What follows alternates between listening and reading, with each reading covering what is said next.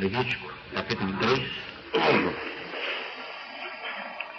Se a oferta de alguém for sacrifício pacífico, se a fizer de gado vácuo, seja macho ou fêmea, oferecê-la-á sem defeito diante do Senhor. Porá a mão sobre a cabeça da sua oferta e a imolará à porta da tenda da revelação.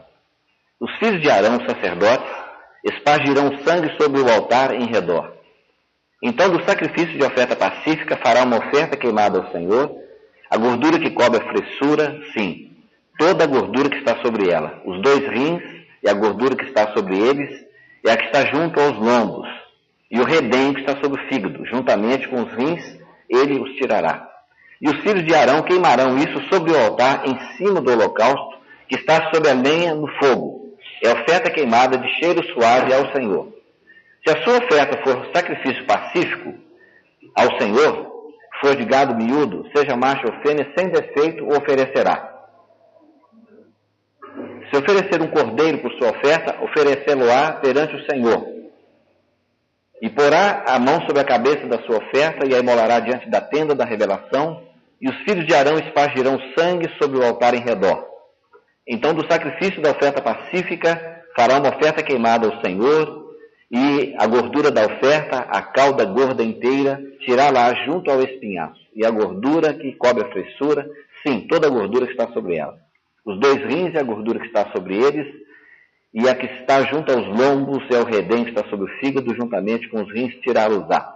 O sacerdote queimará isso sobre o altar, é alimento de oferta queimada ao Senhor. Se a sua oferta for uma cabra, perante o Senhor a oferecerá. Então a repetição agora, né? Verso 16 diz, o sacerdote queimará isso sobre o altar, e o alimento da oferta queimada de cheiro suave, toda a gordura pertencerá ao Senhor. E vamos ler também, irmãos, o capítulo 7, que nós vamos precisar de algumas informações aqui. No capítulo 7 nós temos as leis das ofertas, das 5 ofertas. A partir do verso 11, nós temos a lei das ofertas pacíficas. Esta é a lei do sacrifício das ofertas pacíficas que se oferecerá ao Senhor. Se alguém oferecer por oferta de ação de graças, nota que aqui temos uma informação que lá não tem, né? Que é uma oferta por ação de graças. Com o sacrifício de ação de graças, oferecerá bolos ázimos, né? Os irmãos sabem, bolo ázimo é bolo sem fermento, né? Amassados com azeite, e coscorões ázimos untados com azeite, bolos amassados com azeite, de flor de farinha, bem embebidos. Com os bolos oferecerá pão levedado, como sua oferta, com o sacrifício de ofertas pacíficas por ação de graças. E dele oferecerá um de cada oferta, por oferta alçada ao Senhor, o qual pertencerá ao sacerdote que espargiu o sangue da oferta pacífica. Ora, a carne do sacrifício de ofertas pacíficas por ação de graças se comerá no dia do seu oferecimento, nada se deixará dele até pela manhã. Se, porém, o sacrifício da sua oferta for voto ou oferta voluntária, no dia que for oferecido se comerá, e no dia seguinte se comerá o que dele ficar. Mas o que ainda ficar da carne do sacrifício até o 3º dia será queimado no fogo. Se alguma parte da carne do sacrifício da sua oferta pacífica se comer ao 3º dia, aquele sacrifício não será aceito, nem será imputado àquele que o tiver oferecido. Coisa abominável será, e quem dela comer levará sua iniquidade. A carne que tocar alguma coisa imunda não se comerá, será queimado no fogo. Mas da outra carne, qualquer que estiver limpo comerá dela. Todavia, se alguma pessoa, estando imunda, comer a carne do sacrifício da oferta pacífica, que pertence ao Senhor, esta pessoa será extirpada do seu povo. E se alguma pessoa, tendo tocado alguma coisa imunda, como imundícia de homens, ou gado imundo, ou qualquer abominação imunda, comer da carne do sacrifício da oferta pacífica, que pertence ao Senhor, essa pessoa será extirpada do seu povo. Verso 28. Disse mais o Senhor a Moisés, fala aos filhos de Israel, dizendo, quem oferecer sacrifício de oferta pacífica ao Senhor, trará ao Senhor a respectiva oblação da sua oferta pacífica. Com as próprias mãos trará as ofertas queimadas do Senhor. O peito com a gordura trará, para movê-lo por oferta de movimento perante o Senhor. E o sacerdote queimará a gordura sobre o altar, mas o peito pertencerá a Arão e a seus filhos. E do sacrifício das vossas ofertas pacíficas darei a coxa direita ao sacerdote por oferta alçada. Aquele que dentre os filhos de Arão, que oferecer o sangue da oferta pacífica e a gordura, esse terá a coxa direita por sua porção. Porque o peito movido e a coxa alçada tenho tomado dos filhos de Israel, do sacrifício das suas ofertas pacíficas, e os tenho dado a Arão, o sacerdote, e a seus filhos como sua porção para sempre, da parte dos filhos de Israel. Esta é a porção sagrada de Arão e a porção sagrada de seus filhos, das ofertas queimadas do Senhor, desde o dia em que ele os apresentou para administrar o sacerdócio ao Senhor. O qual o Senhor, no dia em que os ungiu, ordenou que se lhes desse da parte dos filhos de Israel. É a sua porção para sempre, pelas suas gerações. Esta é a lei do holocausto, da oferta de cereais, da oferta pelo pecado, da oferta pela culpa, da oferta das consagrações e do sacrifício das ofertas pacíficas. E os irmãos sabem que é como se nós estivéssemos terminando as ofertas, nós estamos andando em direção contrária, né? Começamos com oferta pela culpa, né? Está aqui. Depois oferta pelo pecado e oferta pacífica. Estamos caminhando em direção ao alvo mais elevado, que é o holocausto. Ok? Bem, os irmãos receberam uma folha, nós vamos utilizá-la daqui um pouquinho, porque a primeira parte eu vou ter que falar para os irmãos sem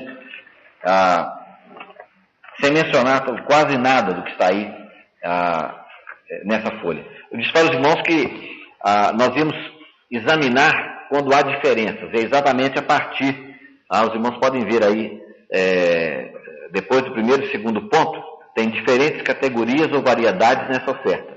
Aí nós vamos ver alguns pontos importantes, né, mas nós vamos estudar juntos. Eu queria só mostrar para os irmãos o que é oferta pacífica, oferta de paz. Essa oferta, na verdade, sempre que ela é mencionada na Bíblia, ela sempre vem no plural. São ofertas pacíficas ou ofertas de paz. Ela é mencionada muitas vezes e aqui a palavra de Deus diz que ela era oferecida em cima do holocausto. Está vendo? Os irmãos sabem, para Deus, a base de tudo é o holocausto. Por isso é que eu disse para os irmãos que se nós caminhamos nessa direção, o que é mesmo? Se nós começamos com o holocausto em direção à culpa, o que é? Oi? Não? É Deus indo em direção ao pecador. Está vendo? Na pessoa de Cristo. Por isso a maior exigência de Deus, se Cristo não tiver o holocausto, ele não pode morrer pelo pecado e pela culpa. Aqui ele é totalmente consagrado ao Pai. Aqui ele é totalmente consagrado ao homem.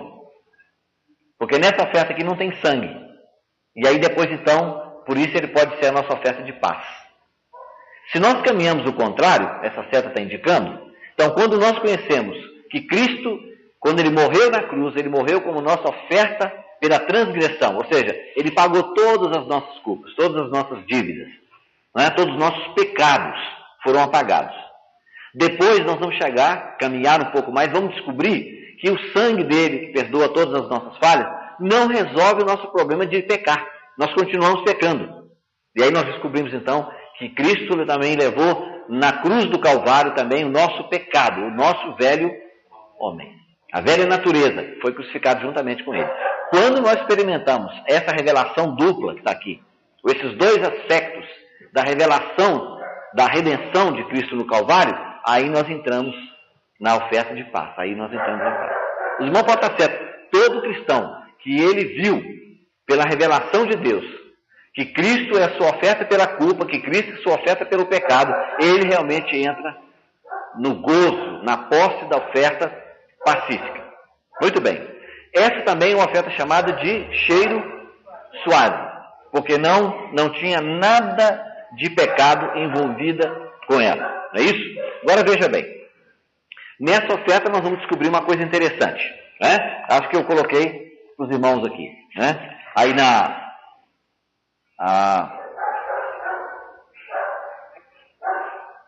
o segundo ponto diz, quem se alimentava dessa oferta?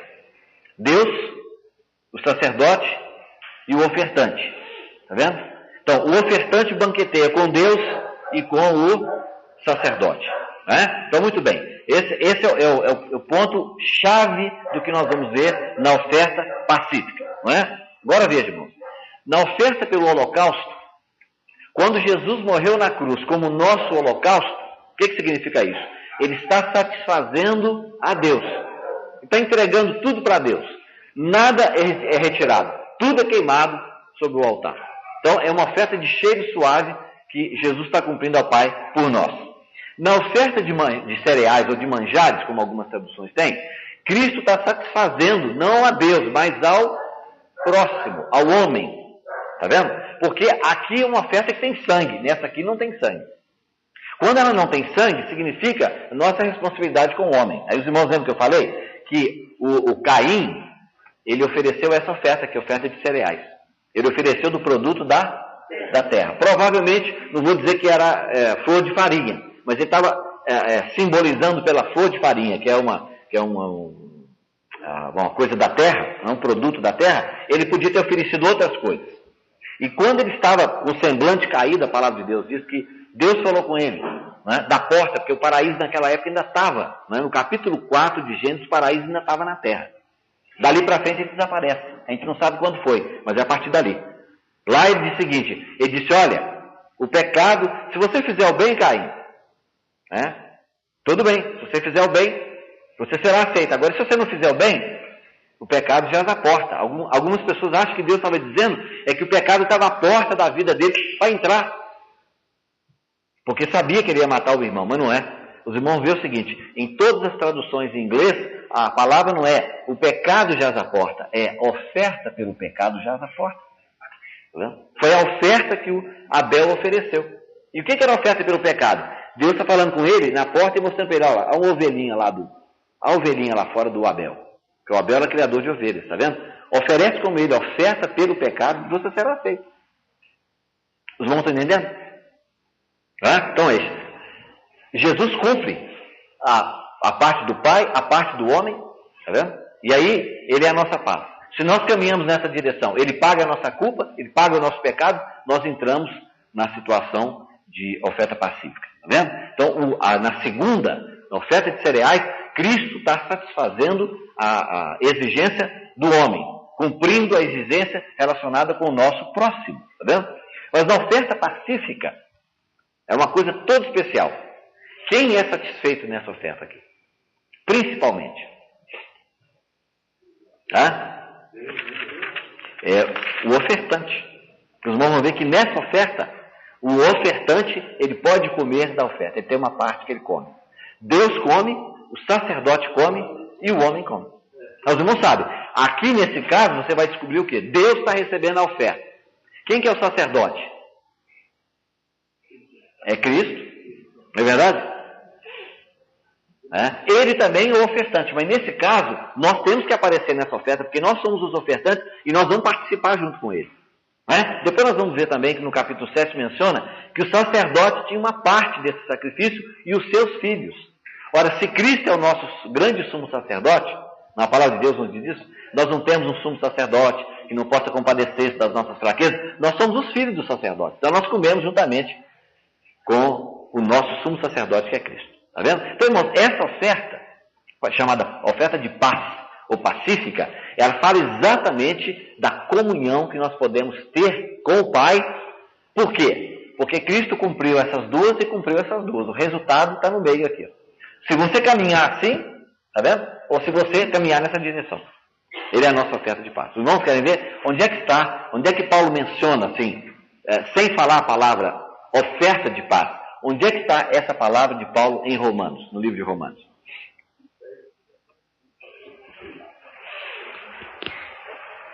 Alguém sabe? Capítulo 5. Você vai procurar? Sendo, pois, justificados pela fé, o quê? Temos.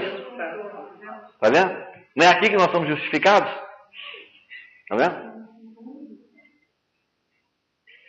Nós somos justificados pela fé, nós temos paz com Deus. Tá vendo? Aí se você ler Efésios capítulo 2, lá diz, Cristo é a nossa paz.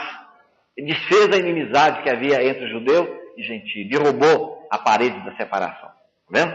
Bom, irmãos, veja bem. O que a palavra de Deus quer dizer é o seguinte: tudo é nosso em Cristo. Tá vendo? Quando a Bíblia diz que alguém está em Cristo, é uma nova criação, as coisas velhas passaram, tudo se fez novo, está declarando que tudo é nosso em Cristo. Agora, irmão, isso é na posição. Tá vendo? É quando nós estamos em Cristo. Tá vendo? Essa palavra em é uma palavra importante. É porque Cristo é o nosso lugar, a nossa base. Quando nós estamos nele, nós temos todas as coisas. Todas. Tá vendo? Mas na experiência nós não temos. Na prática, na experiência, nem tudo é nosso. Tá vendo? Então, muito bem. Olha bem, essa declaração aqui. O que é experiência? Os irmãos sabem. Eu sei que para alguns irmãos, eu falei para os irmãos, nós vamos estudar o Levítico. Não é? Eu não sei se é por isso que o nosso estudo diminuiu. Depois nós começamos a estudar, o pessoal vê que não é, irmão, não é um osso fácil de comer. É muito difícil. Os irmãos sabem onde é que está a maior dificuldade? Para mim, é porque se o auditório não estiver participando e chupando, o pregador não consegue soltar. É por isso, irmãos, que lá na China os irmãos têm esse costume, os irmãos chineses, de colocar você para ler 50 vezes. Você teria que ler 50 vezes esse livro para você participar de uma reunião. Porque aí você está familiarizado com a letra. Aí você pode falar e aí a palavra sai. Mas eu garanto para os irmãos que mesmo você lendo, mesmo que você leve essa folha para cá, você vai ler quando você fala, nossa mãe, é rim, fígado, redenho e não sei o que, fressura, nossa mãe, trem confuso, entende? Claro. Você não está familiarizado? Mas vai, continua lendo e meditando para você ver. Então o que é experiência, irmão? Experiência é a medida da compreensão daquilo que é verdadeiro para nós em Cristo. Está vendo? É nosso em Cristo, mas é a medida da sua compreensão. É a medida do seu entendimento espiritual. Não é simplesmente entendimento mental. Tem que ser espiritual. Está vendo? Agora veja bem. O valor da obra de Cristo, irmãos, a nossa tranquilidade é essa, que o valor da obra de Cristo não depende da nossa compreensão. Por isso que você encontra nas ofertas aqui, uma pessoa que não oferta pelo pecado, está oferecendo uma oferta de cereais. Está vendo? Porque ele não viu que Cristo está morrendo como pecado, foi feito pecado, aquele que não conheceu o pecado, foi feito pecado por nós, ele não consegue ver isso. Ele sabia que Jesus bonzinho, que viveu na terra sem pecado. Está vendo? Ele não vê ele na cruz pregado dizendo, Pai, Deus meu, digo, por que me desamparaste? Ele não consegue ver isso. Está vendo? É medida de entendimento. Mas o valor da obra de Cristo não depende disso. Para Deus, se você não entendeu e você chegou diante do Pai, Ele te recebe do mesmo jeito, mesmo que você não tenha entendido. Está vendo? Segundo, a nossa satisfação, essa sim, depende em grande parte do nosso entendimento espiritual. Está vendo? É por isso que, se você não entende o que é que Jesus é sua oferta pelo pecado, que ele levou seu velho homem, que seu velho homem foi crucificado com ele, e que você não precisa mais viver debaixo do domínio do pecado, você é uma pessoa que não tem prazer, não tem satisfação. Está vendo? Então, aí sim, a nossa satisfação depende do nosso entendimento espiritual. Agora, e a nossa força? De onde é que vem a nossa força para caminhar? Vamos sabendo? De onde é que vem a força para você lutar, para você passar pelos embates da vida? Né? Por exemplo, a irmã Polly fez uma oração aqui dizendo, Senhor, né, quando nos falta todo o consolo da terra, o consolo humano e tal, mas quando nós temos o Senhor. Mas, irmão, e quando você não tem o Senhor? E quando o Senhor não se manifesta? É possível isso? Lê o livro de Cantares para você ver. A sulamita sai para o meio da rua dizendo, você viu meu amado? Você viu meu amado? Você viu meu amado? Não vi. Né? Sumiu. Aí um dia ele aparece, abate na porta, ela fica toda feliz. Ah, meu amado voltou, tal, o cabelinho fica tudo em pé, né? Aí a emoção voltou, o sentimento, quando ora, quando lê a Bíblia, quando canta, daí um pouquinho o amado vai embora, morre tudo. E aí, irmão? Tá vendo? Aí para você ter força, para você continuar caminhando, só se você realmente tiver uma grande medida de conhecimento espiritual. Deus fez um depósito dentro de você e você falou assim, eu caminho nas trevas, não estou enxergando nada, mas eu sei que o Senhor está me guiando. Né? Os irmãos sabem, no tabernáculo, o lugar que não tinha luz, sabe qual era? O Santo dos Santos. Tá vendo? No ato exterior, dentro do tabernáculo, né? Esse quadrado assim, ó, era a luz do sol.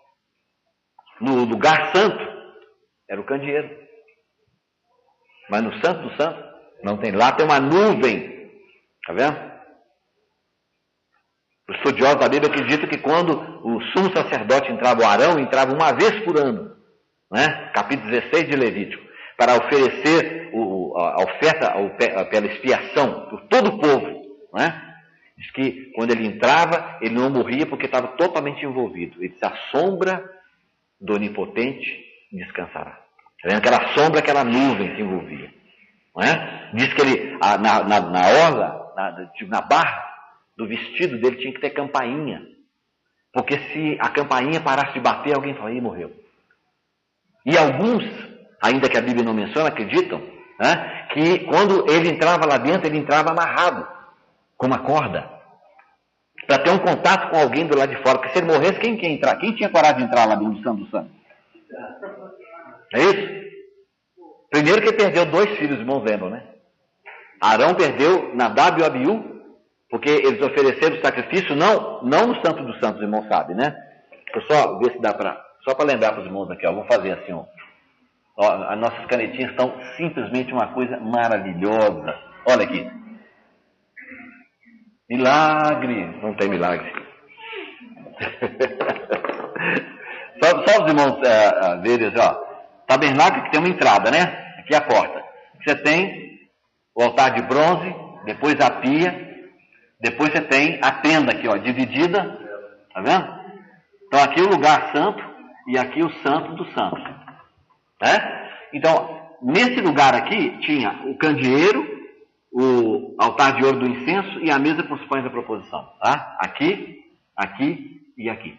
Eles vieram e ofereceram, tá vendo? Diante do Senhor, porque o véu está aqui, ó. Eles ofereceram fogo estranho. Quando eles foram queimar o incenso no altar, com fogo estranho, aí a palavra de Deus saiu o fogo do Santo dos Santos, da arca, e os queimou lá. Mas só que eles estavam no lugar santo. Aí outros sacerdotes podiam entrar para tirá-lo dele. Então, irmãos, olha bem. A nossa força espiritual, ela é mantida pelo alimento espiritual. Tá vendo? E o nosso alimento espiritual é exatamente isso. É a oferta pacífica. Se você é uma pessoa que não tem paz, se você não conseguiu ver o que Cristo fez por você, você não pode ter paz. Tá vendo? Você pode ter paz assim, bem, eu sou salvo, um dia eu vou para o céu, né? Mas eu estou aqui, peco e ele me perdoa, peco e ele me perdoa, peco e ele me perdoa. Mas é isso? Não, isso não é redenção. Isso não é a grande salvação que ele veio trazer para nós. Irmão, o que um criminoso, você acha que um criminoso busca? O criminoso busca pão ou perdão? É perdão, sem dúvida nenhuma. Não é? Agora, de que nós banqueteamos? Qual que é a nossa comida como cristãos? É da comida que está sobre o altar. Está escrito aqui, ó, que a oferta será queimada sobre o altar. Verso 5. Os irmãos notaram uma coisa interessante? No versículo 5 diz, os filhos de Arão queimarão isso sobre o altar em cima do holocausto. É isso? No verso 11 diz o quê? E o sacerdote? E no verso 16? Não, verso 16. E o sacerdote? Tá vendo? Tem alguma diferença aí? Esses 3 versículos? Na primeira tem sobre o holocausto, nas outras não foi mencionado. Nós estamos vendo? Essas pequenas diferenças nos mostram que há lições que nós temos que aprender. Irmão, a nossa comida, veja, onde é que está o nosso erro hoje? Quando nós chegamos quando nós nos reunimos como igreja, como povo de Deus, para adorar a Deus, para prestar um culto a Deus, juntos. Onde é que está o nosso erro? É porque nós não oferecemos para Deus a comida que está sobre o altar. Qual que é a comida que está sobre o altar?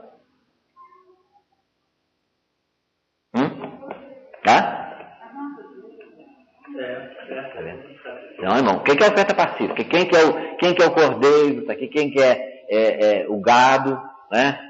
que é a ovelha? Esse é o Jesus, é claro que é. Tá vendo? Ele é que é a comida. Por isso que a palavra de Deus diz, esse é o meu filho amado em quem eu me comprava, tá vendo? Se você está em Cristo, então o Pai se comprava em você, porque você está no Filho, não é porque é da nossa vida, não. Por mim viverá.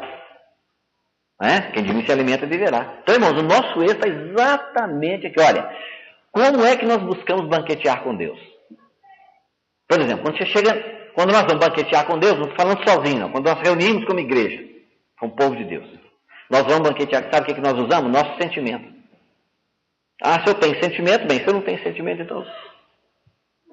Tá vendo? Mas é o nosso sentimento que é a nossa comida? Não. Tá vendo? É a nossa justiça própria. Nós chegamos, Senhor, porque eu sou uma pessoa tal, irrepreensível. Tá vendo? Nossa experiência, nossas conquistas, né? Nossa experiência com Deus, nossas visões, é a nossa conduta, é o nosso caminhar de cada dia, é o nosso serviço que nós prestamos a Deus? Negativo. Tá vendo? Essa é a comida sem defeito que está sobre o altar? De jeito nenhum. A comida sobre o altar, irmãos, é Jesus Cristo, o Cordeiro Imaculado de Deus. Cordeiro sem defeito. Veja, irmão, quando a Bíblia fala de conduta, ela usa uma figura para nós. A conduta para nós na Bíblia é roupa. Tá vendo? Nós temos dois tipos de roupa. A roupa que Cristo nos dá, que é veste de salvação, e tem a outra veste, que são os vestidos de linho branco puro e resplandecente, que são os atos de justiça dos santos. Tá? Apocalipse capítulo 19. Tá vendo? Então, nós comemos isso? Nós comemos a nossa veste? Nós podemos comer nossos vestidos, nossas orações, nosso amor, nosso serviço. Os irmãos sabem o que é isso, irmãos? Olha, nós temos falado bastante com os irmãos aqui sobre questão de fermentos. Quer ver que coisa interessante? Abra o seu Levítico aí no 23. Vamos ver que coisa interessante. Quando nós vamos estudar 7 festas, que é exatamente esse capítulo, os irmãos vão aprender isso aqui com detalhes. 23, verso 15.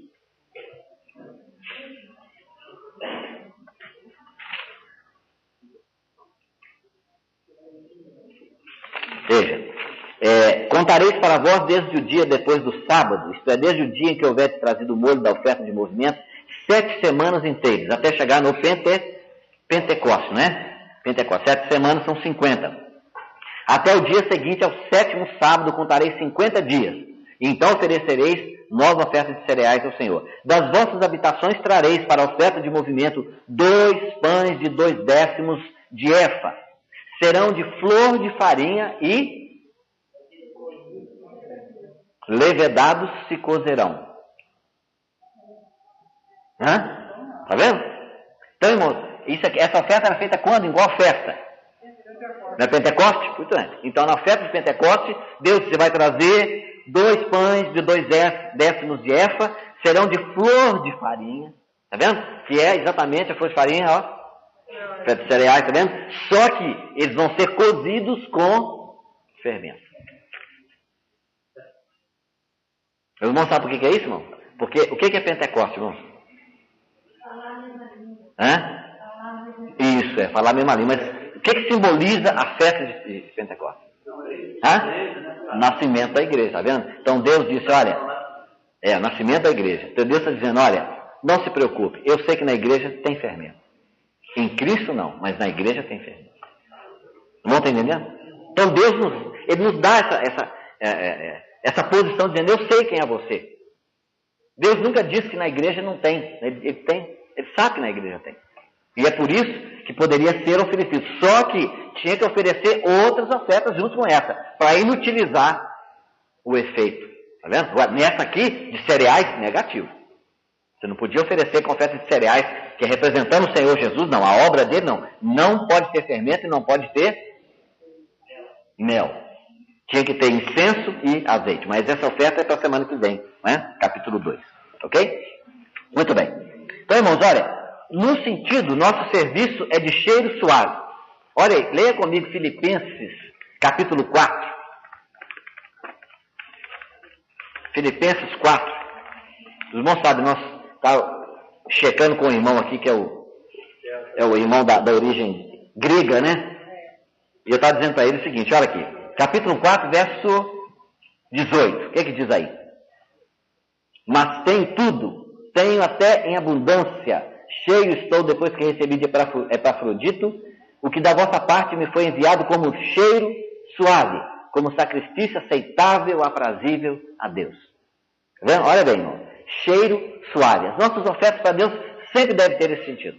Agora, não sabe que coisa interessante? Eu estava falando com o irmão, que quando eu estudei há muitos anos atrás, eu, cupim de livro, né, a gente gosta de ir num livro, tira aqueles livros todinho da biblioteca para poder ler e tal, eu descobri uma coisa, que a palavra cheiro suave,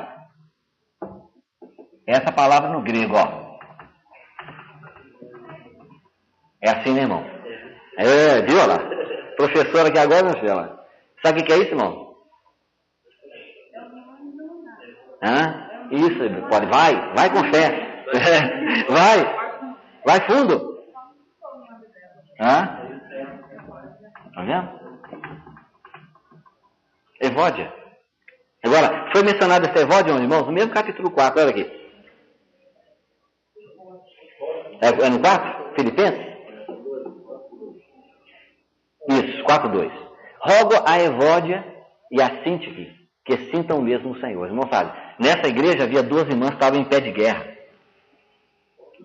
Né? Então, irmãos, pé de guerra entre os irmãos não é coisa tão nova, não, é bem antigo. Tá? Havia 2 irmãs que estavam pintadas. Cada uma com seu tacape na mão. Tá? Pé de guerra. Aí Paulo diz o seguinte, olha, tem uma irmã que o nome dela é cheiro suave. Será que Paulo estava querendo fazer um jogo aqui quando ele disse, olha, Epafrodito, né, recebi de Epafrodito que da vossa parte me foi enviado como Evódia. Tá vendo? Como Evódia.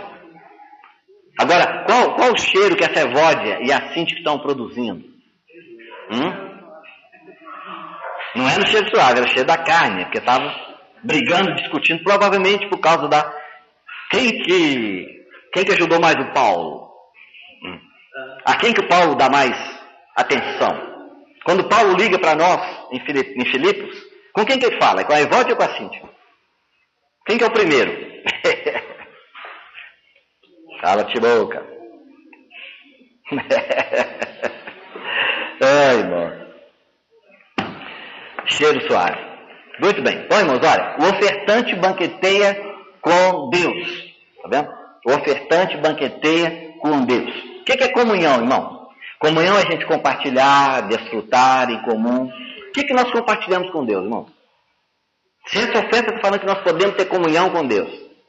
Nós podemos comer do sacrifício. Né? Já vimos aqui. Nossas conquistas, nossas obras, nossa conduta. Nada, irmão. Nada. Cristo é a nossa oferta, nós podemos chegar diante dele. Está vendo?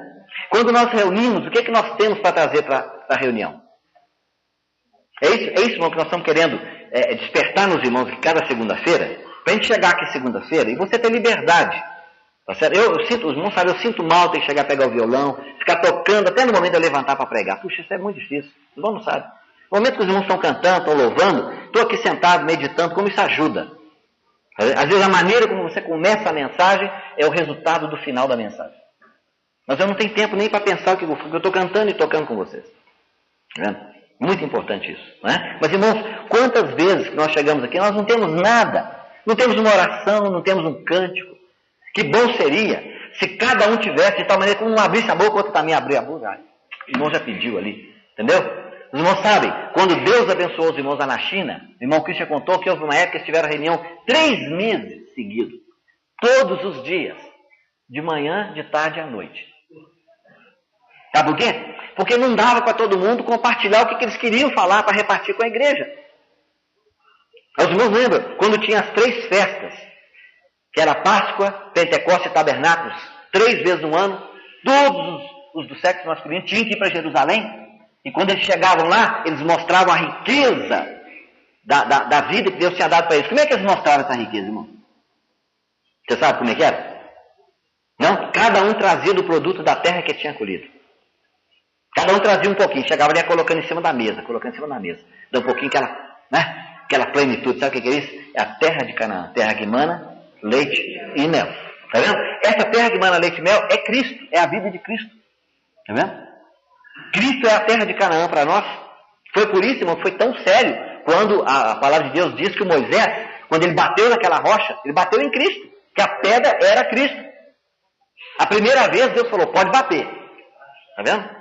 Quando o povo de Israel estava para entrar na terra prometida, em capítulo 13, 14 de Números, e eles então difamaram a terra, diz a palavra de Deus. Lá tem essa expressão, que eles difamaram a terra, Deus tomou aquilo como difamando o próprio filho dele, porque a terra de Canaã é Cristo. É a terra que mana leite e mel, é a essência dos animais, a essência dos vegetais. Então, irmãos, quando nós vamos ter comunhão com Deus, por exemplo, no meio do caminho você está indo para o culto, no meio do caminho você tem um problema, uma dificuldade. Né? Alguém te deu uma fechada, você, sem querer, você, né, falou, deu uma buzinada, ou ficou nervoso, ou fez alguma coisa. Você vem, chega aqui, está na hora de louvar, você fica cabisbaixo. Por quê? Porque você está apresentando para Deus a sua conduta. Você não sabe que o pão que está sobre o altar é Cristo. Aí você volta batido para casa. Né? Então, irmãos, não é isso que nós oferecemos. Cristo é tudo que nós apresentamos para o Pai. Está vendo? Então, o que é que nós reunimos, o que é que nós temos para oferecer? Nós temos a riqueza da terra de Canaã. Está vendo? Muito bem. Eu tenho que saltar uns pedacinhos, senão eu não vou conseguir terminar com os irmãos. Eu queria cobrir cada uma dessas, né? Olha, irmãos, aqui diz o seguinte, no capítulo 7, vamos ver o 7 que nós vemos alguns versículos. Capítulo 7. Então, veja, o ofertante banqueteia com Deus. Agora, o ofertante banqueteia com o sacerdote. Olha aqui, capítulo 7, verso 32. E dos sacrifícios das vossas ofertas pacíficas darei a coxa direita ao sacerdote por oferta alçada. Aquele dentre os filhos de Israel que oferecer o sangue da oferta pacífica e a gordura, esse terá a coxa direita por sua porção. Tá vendo? Então, uma porção era dada para o sacerdote. Aqui o ofertante, que representa a nossa pessoa, está tendo comunhão com o sacerdote, que é a pessoa de Cristo. Tá vendo? Nós temos comunhão do ofertante com o sacerdote. O sacerdote sempre é Cristo, como nós dissemos para os irmãos. E terceiro lugar, os filhos do sacerdote também participavam com o ofertante. Está aí no capítulo 7, verso 31. O sacerdote queimará a gordura sobre o altar, mas o peito pertencerá a Arão e seus filhos. Está vendo? Então Cristo aqui é visto como mediador e os seus filhos são a sua família, que representa para nós no Novo Testamento a igreja. Então, Cristo e a igreja têm muitos emblemas para variados relacionamentos. Não é? Então ele é o sacerdote e nós somos os filhos do sacerdote. Não é? Israel na figura da igreja como povo peculiar. O que são os levitas? Os levitas são a igreja servindo. O que é a igreja? Os sacerdotes. O sacerdote é a igreja adorando. Está vendo? Qual é a diferença hoje, irmão? Alguém diz assim, entre os cristãos uns são sacerdotes e outros são levitas. Não. Todos os cristãos são levitas e sacerdotes. Qual é a diferença entre um e outro? Como sacerdote você ministra a Deus. Como levita você ministra ao homem. Aos irmãos. Não é? Ou seja, no livro de Ezequiel tem uma passagem lá que diz o seguinte, que os filhos de Zadok, que não seguiram nem influenciaram o povo de Israel para ir cometer pecados, diz, eles ministrarão a mim. Eles se achegarão à minha mesa para me servir. Agora, os outros levitas, eles ministrarão a casa. Está vendo? A casa é a igreja hoje. Quantos irmãos que só ministram a casa, só servem aos irmãos, mas eles não sabem o que é estar diante de Deus, ministrando a Deus como sacerdote. Quem não tem essa vida de sacerdócio diante do Senhor, ele não tem uma vida de levita muito correta. Porque ele fala não tem muita validade. Por isso, irmãos, é importante esse tempo que nós gastamos com Deus, lendo a palavra, orando, adorando, para nós. Não é lendo aqui para não saber o que eu vou pregar para os outros. Não. Essa é outra história. Esse é o papel do levita.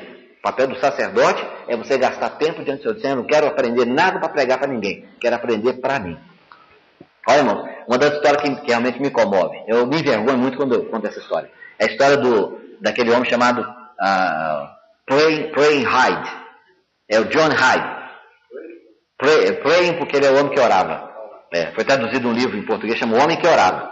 Ele era um servo de Deus, um homem que tinha uma característica de obediência tão grande, Que uma vez ele foi pregar na igreja do F.B. Meyer, na Inglaterra, e o irmão deu um quartinho para ele separado, né? Ficava fora da morada do irmão Meyer, um pouquinho de distância, assim, talvez uns 15, 20 metros. Quartinho, para ele ficar bem tranquilo lá meditando. O irmão acordou de madrugada e viu que a luz estava acesa.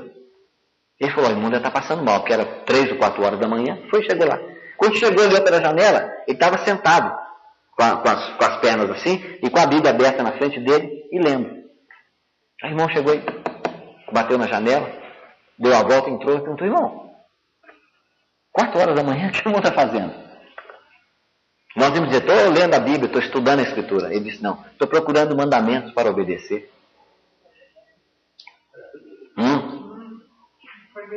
Não é puxado, irmãos, essa é puxada. Quer dizer, ele está procurando, quem sabe se eu tenho um mandamento aqui que eu não conheço para me obedecer. Ele está procurando onde é que não tem mandamento para nós. É o nível espiritual.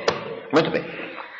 Ok, irmão, isso é que significa para nós a oferta pacífica, tá vendo?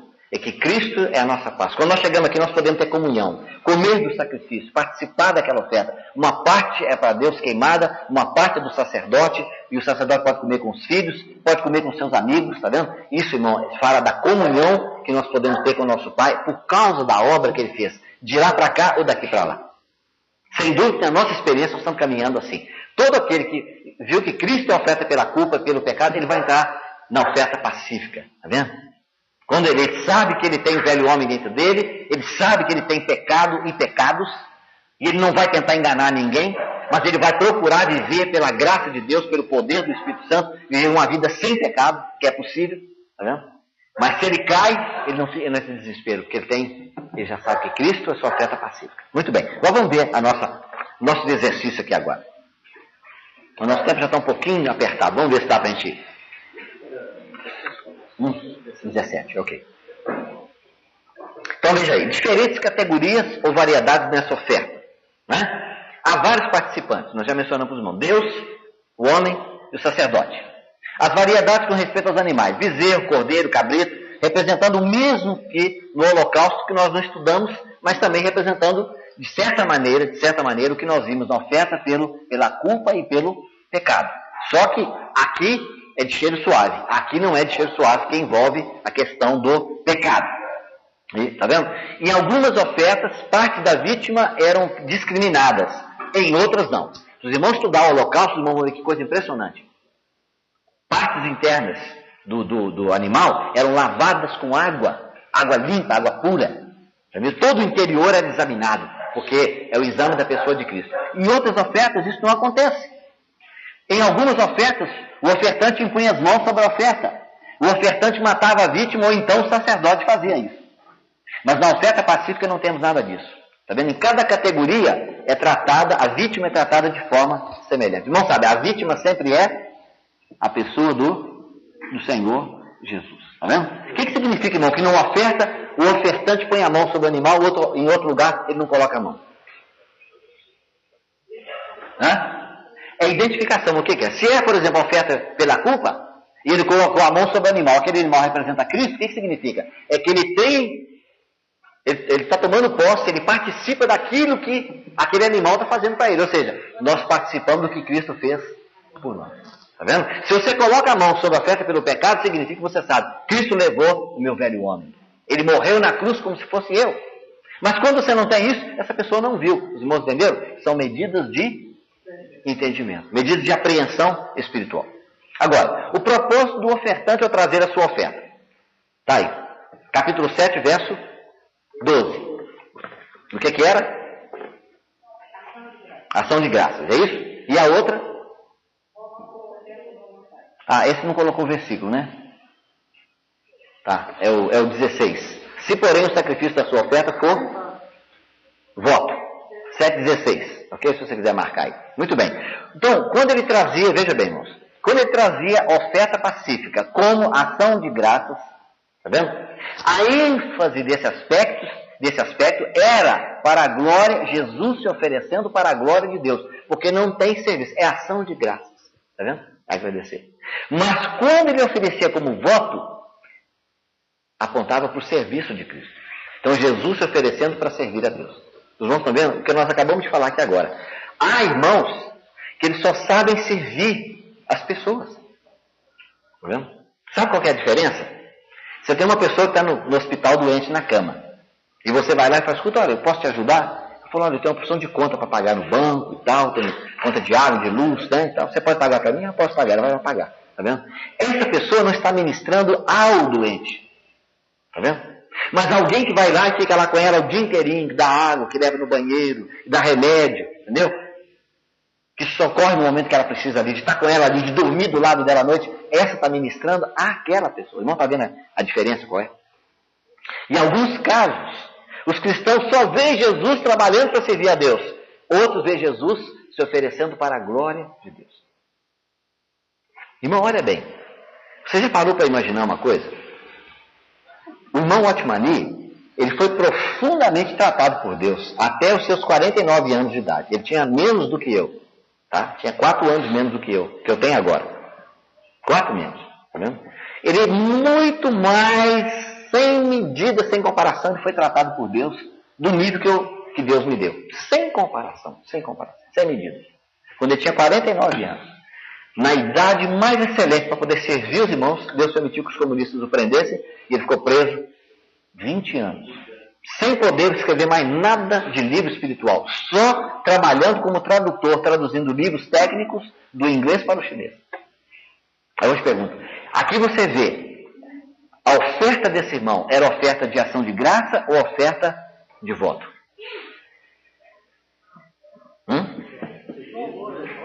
Serviço? Não fez mais nada? Passou o resto da vida trabalhando para os comunistas? Tá vendo? É ação de graça, viu? É ação de graça. Tá vendo? Porque é para a glória de Deus. Imagina que ele não podia fazer nada. Se tentar escrever alguma coisa, eles vinham, pegavam e rasgavam já lá fora. Tá vendo? O que ele fez foi até os 49 anos. Daí para frente não fez mais nada. Irmão, você imagina. Como é que Deus pode preparar uma pessoa como essa? Você quer a resposta? Se você tiver o livro A Vida Cristã Normal, leia o último capítulo daquele livro, quando ele fala sobre aquela mulher que fez aquele grande desperdício para o Senhor. E veja o que ele comentou. Aconteceu na vida dele exatamente o que ele comentou. Está vendo? Que aquela mulher que derramou quebrou aquele vaso de alabastro com um nardo caríssimo, 300 dinheiros, ou seja, dava para pagar quase um ano de trabalho de um trabalhador. Era 1 denário por dia, valia 300 denários. Quem viu esse valor, você sabe quem foi, não sabe? Judas. Judas é que viu quanto é que valia. Para que esse desperdício? E Jesus disse, olha, ela me ungiu por antecipação. Tá vendo? Ela me ungiu por antecipação. Então, irmãos, o que é isso? Desperdício para o Senhor. Tá vendo? Esse tipo de coisa nós não conseguimos ver. Não é? Olha quem foi a Margaret Barber, a missionária que ajudou o Watmani lá na China. O irmão Christian costuma dizer que na Inglaterra tem um livro que chama-se Who is Who? Quem é quem? Se você procurar, não encontra o nome de Margaret E. Barber. Não tem o nome dela, mas diz, poucos são grandes como aquela mulher. Morreu lá na China, num quartinho, numa vila pequena. Diz que o Watmani chegava perto dela e balançava ela, com todo respeito, dizia, irmã, não há ninguém que conheça a Bíblia como você, não há ninguém que tem vida como você, ninguém tem uma vida espiritual como você, a comunhão com Deus, a visão com Deus, e você fica metido aqui nessa vilazinha. Mas foi através das orações dela que Deus ganhou o Watmani. Irmão, está vendo? O aspecto do serviço era muito pequeno. Olha, irmão, como isso é importante. Jesus, quando ele veio aqui na terra, você sabe qual foi o trabalho dele? Ele veio para morrer pelos pecadores, mas a palavra de Deus diz que ele veio para reunir os filhos de Israel. E ele não conseguiu fazer isso. Ele veio para o que era seu. Irmão, ainda tem irmão que tem coragem de pegar a pedra e julgar em algum irmão, porque Deus simplesmente cortou algumas atividades dele. Ele não consegue ver isso. Ele não consegue ver. Porque Deus quer saber o seguinte, se você realmente vive uma vida apenas de voto, ou seja, voltado para o serviço, para trabalhar, para pregar, para escrever, para traduzir, e corre daqui, corre dali, ou se você quer viver uma vida diante dele.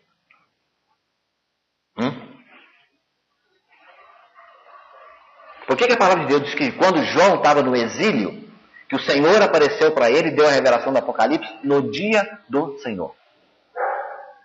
Né? Os irmãos já pararam para imaginar por quê? Sabe por quê? Porque no dia do Senhor ele estava imaginando, todos os irmãos estavam provavelmente reunidos naquele dia, que era o domingo. Ele estava ali preso, exilado lá na ilha de Patmos. E por causa da fidelidade dele, orando diante do Senhor, ministrando ao Senhor, ele teve a revelação. E foi tirado de lá, os irmãos sabem. Terminou os dias dele em Éfeso. Né? A igreja que tinha perdido o seu primeiro amor. Muito bem. Muito bem, então veja. Geralmente só vemos a oferta de Cristo como voto, isto é, para o serviço. Estamos lendo aí, viu? Aí abaixo do propósito do ofertante ao trazer sua oferta. Na oferta para a glória de Deus, a ação de graças é mais elevada. Encontramos detalhes que não vemos na outra. Então, do verso 16 ao 18. Veja, se porém o sacrifício da sua oferta for voto, ou oferta voluntária, no dia que for oferecido se comerá, e no dia seguinte se comerá o que dele ficar, mas o que ainda ficar da carne do sacrifício até o terceiro dia será queimado no fogo. Agora veja o outro. Verso 12. Se alguém oferecer por oferta de ação de graça, com sacrifício de ação de graça, oferecerá bolos ázimos, amassados com azeite, coscorões ázimos untados com azeite, e bolos amassados com azeite de flor de farinha bem bebidos.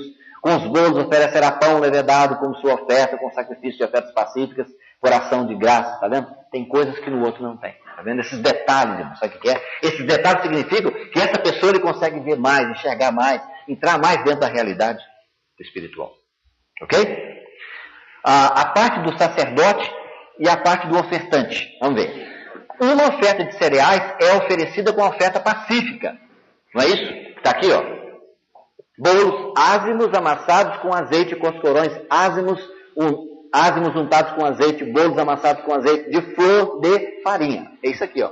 Tá vendo? Oferta de cereais. Era oferecida, tá aí, ó. É oferecida junto com a oferta pacífica, das quais o ofertante e o sacerdote participam. Agora, bolos levedados são oferecidos com sacrifício, mas embora sendo apresentados juntamente com a oferta pacífica, não são queimados. Um dos bolos de toda a oferta de cada espécie, um com fermento e outro sem, depois de movido com uma oferta alçada ao Senhor, será dado ao sacerdote que esparge o sangue da oferta pacífica. E D. A oferta era comida no mesmo dia ou pela manhã. Pergunta. Quantos desses particulares são totalmente omitidos quando a oferta é feita no caráter de voto? Que está no verso 16 e 17.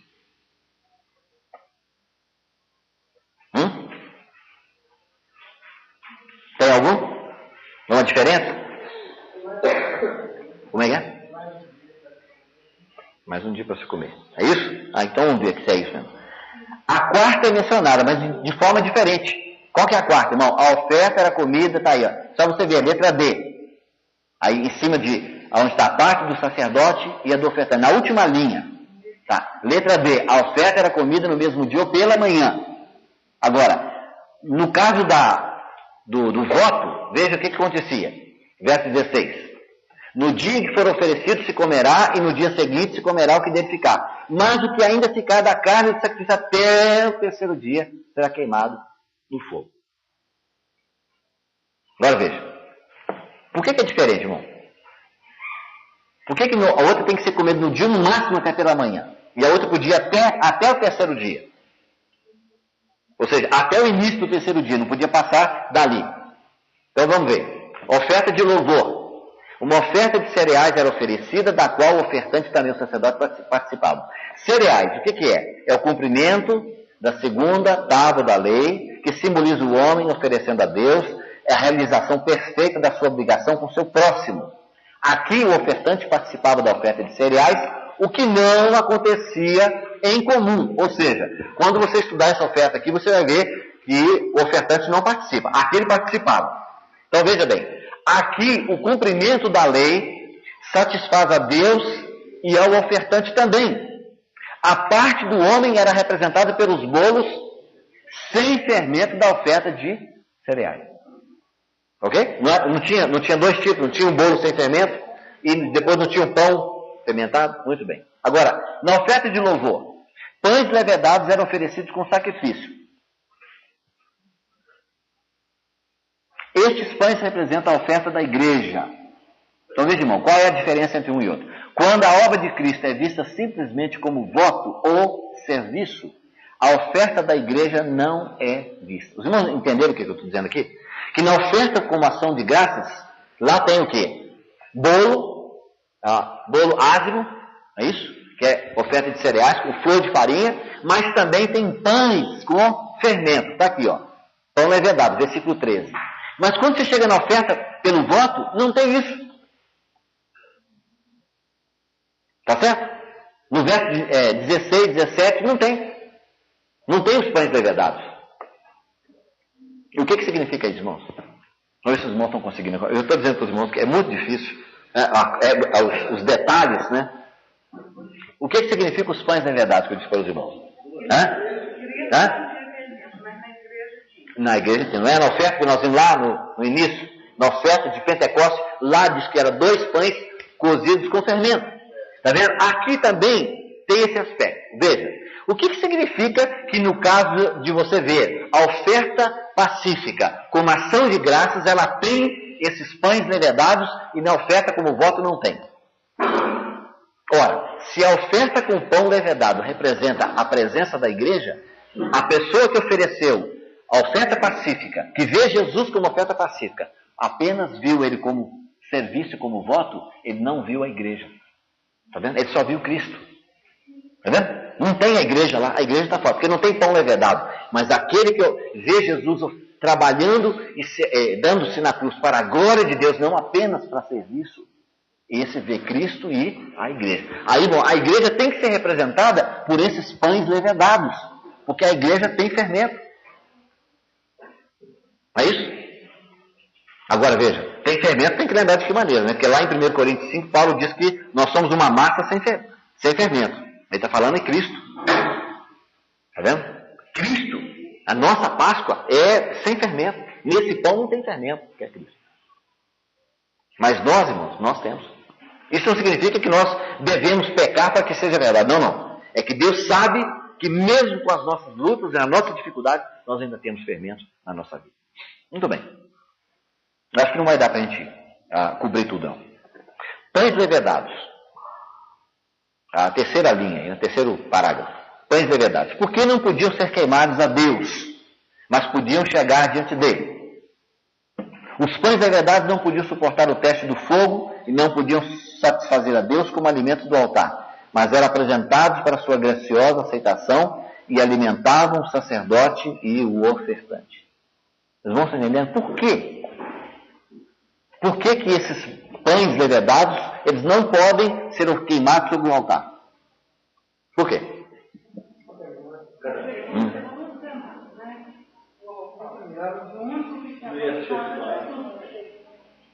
O bolo fermentado não podia ser queimado sobre o altar. Está vendo? O altar, está vendo? Porque o que é oferecido, Jesus quando é oferecido para Deus, ele está apontando para Jesus, aí não pode ter fermento. Mas tinha esse pão fermentado e era dado para o sacerdote comia, está vendo? Mas uma parte também do sacerdote que representa Cristo, isso quer dizer o quê, irmãos? É que Cristo ele se satisfaz não apenas na oferta perfeita dele, mas também na oferta da igreja, que é uma oferta imperfeita. Está vendo? Por isso que a gente vendo essas coisas, nós temos força para caminhar, está vendo? Nós temos disposição ainda para continuar dizendo, o Senhor sabe quem sou eu, Ele sabe como é a minha vida, Ele me conhece. Mesmo assim, Ele diz que aceita a minha oferta com pão fermentado.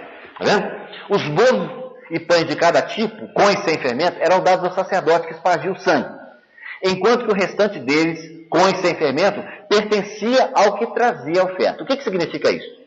Cristo, como sacerdote, encontra alimento e satisfação não só em sua oferta perfeita e bendita, mas também se alimenta dos pães levedados, oferta da sua igreja, com todas as falhas dela, e se satisfaz com essa oferta. Irmãos, olha, eu não sei se... vamos só cobrir aqui a questão do dia. Acho que dá para a gente ver. Por que uma tinha que ser comida, a ação de graça tinha que ser comida de um dia ou até na manhã do dia seguinte? O outro podia até o terceiro dia. Deixa eu ler para os irmãos, vocês acompanham aí. Quando comer a oferta? Segunda página, lá embaixo. Na oferta para louvor, ela era comida no mesmo dia ou na manhã seguinte, 7h15. Na oferta por voto, podia ser comida no mesmo dia, pela manhã ou até o terceiro dia. Versos 16 e 17. A manhã e o terceiro dia se referem à ressurreição. Se você quer saber o que é manhã, leia Êxodo 12, Salmo 49, Romanos 13, você vai saber. Terceiro dia. Oséias 6,2, Lucas 13, 1 Coríntios 15,4. O oitavo dia também se refere à ressurreição, mas é quando ela é vista de modo diferente. Então preste atenção, amanhã ela aponta para o aparecimento de Cristo, e o terceiro dia ao livramento da sepultura, porque não foi ao terceiro dia que ele saiu da sepultura, ok? Então a oferta pacífica é o nosso alimento até a ressurreição. Veja, não apenas no primeiro dia até pela manhã, mas até o terceiro dia, ou seja, até a ressurreição. Tá vendo? É o nosso alimento. Agora, existe algum ensinamento entre os dois, amanhã e terceiro dia? Qual é? Amanhã, nós comemos tendo em vista o curto tempo, à noite, na esperança do amanhecer. Tá vendo? O terceiro dia, a ideia do amanhecer é perdida de vista. E agora, dias de trabalho se interpõem até o terceiro dia. Ou seja, que quem come como ação de graças para a glória de Deus, quando ele vê esse aspecto, ele sabe, é no dia ou no máximo pela manhã, porque amanhã significa o aparecimento do sol da justiça, porque a noite está acabando, o sol está voltando. Mas aquele que permite comer até o terceiro dia, ele permitiu que seja colocado mais um dia entre os dois, entre o primeiro e o terceiro dia, ou seja, é até a ressurreição. Olha, irmão, será que isso não fala para nós? Será que isso aqui não está falando para nós sobre quantos que vão ver Cristo como estrela da manhã e quantos vão ver Cristo como o sol da justiça? Quantos que vão ver como estrela da manhã? De madrugada, porque o dia está amanhecendo, você tem que comer ali. Então, eu não quero passar dali, Senhor, não permita que eu passe dali. Mas alguns querem esperar até a ressurreição, então ele vai ter que esperar passar os 7 anos do pacto dos judeus com o rei, tá certo? Depois 3 anos e meio da grande tribulação, depois é que vai haver a ressurreição.